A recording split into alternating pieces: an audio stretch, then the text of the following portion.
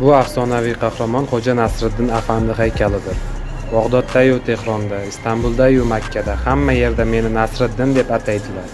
Bu jumlalar ko'pchilikka Xo'ja Nasriddin Buxoroda filmi orqali yaxshi tanish. Qolaversa, biror osiyolik yo'qki, bir kuni afandi deb boshlanuvchi latifalarni eshitmagan bo'lsa. Xo'sh, uning tasviri nega Buxoro bilan bog'liq ekanligini bilasizmi? Chunki mamlakatimiz aholisi uchun bu quvnoqlik nishonasi Sovet yozuvchisi Leonid Solovyov tomonidan kashf etilgan. U Xo'ja Nasriddinning sarguzashtlari haqida ikkita roman yozgan. Maftun bo'lgan shahzoda va tinchlik buzg'unchisi. Ikkinchi asarda qahramon Xo'ja Nasriddin Buxoroga sayohatga kelib, Buxoro amiri hovlisiga kirishga muvaffaq bo'ladi. Roman asosida 1942-yilda film suratga olinadi. Shunday qilib bu qahramon Buxoroda paydo bo'ldi va bu hatto milliy ramzga aylanishiga sabab bo'ldi.